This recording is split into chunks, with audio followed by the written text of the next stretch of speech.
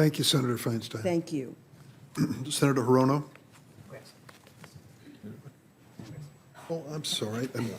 Senator Grassley has returned. I want to tell you, I went to the Senate floor and I couldn't get time to give my speech, so I came back here. Glad to have you. Mr. Bentley, I want to follow on your expertise. You heard me talk about the bill I have in to involve greater the Secret Service National Threat Assessment Center. You spoke to that as well.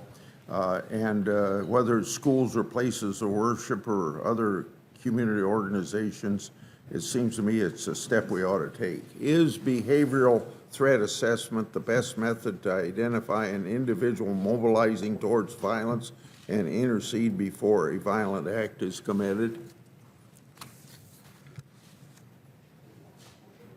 That question.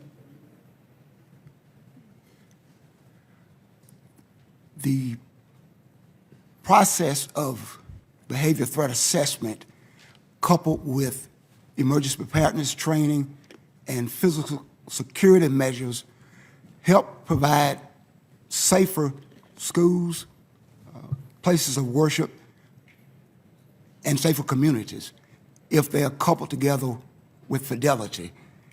And individuals are educated in that process.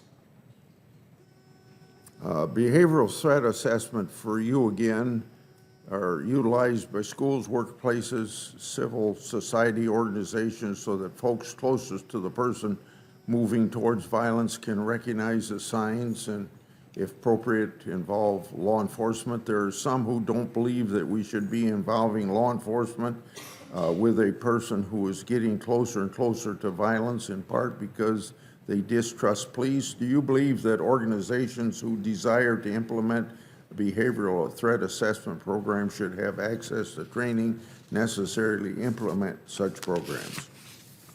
And that's one of the things that I'm here for, is that a number of the schools and organizations, places of worship that we work with aren't getting the good information that's out there and that training that would enable them to better recognize and inform individuals who are in positions to make decisions about situations that are occurring.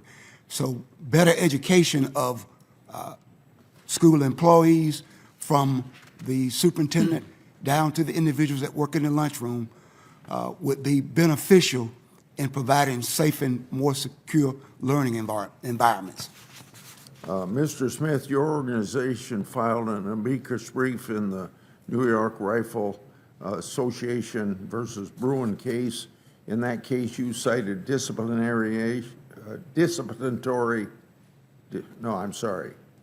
cited discriminatory and racial motivations behind gun control policies.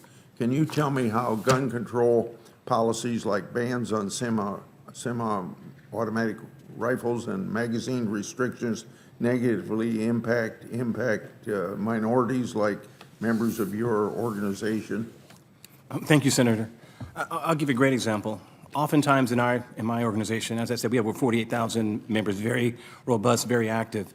Oftentimes I'll get an email from a single black mom who's living in a quote-unquote challenged area who says, "Hey, Phil, I just bought a AR-15. Thank you for the organization.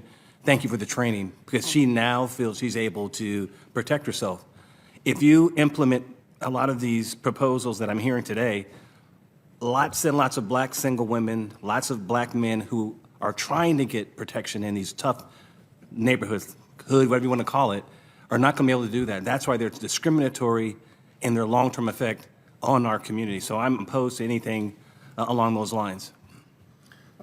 Could you tell me why bans on so-called assault weapons and standard capacity magazines are not effective and only serve to limit an individual's constitutionally protected right to self-defense? Because the bans don't work. That was been proven in the 90s. They just do not work. They only prevent my community to having the best tool possible to protect themselves. And I'll say this, for my family, it's the best firearm to protect my wife, my children, my property. It's a very good tool when used by a law-abiding citizen. That's why it's very important for us to have that access to that particular weapon. Thank you. Senator Hirono? Thank you, Mr. Chairman.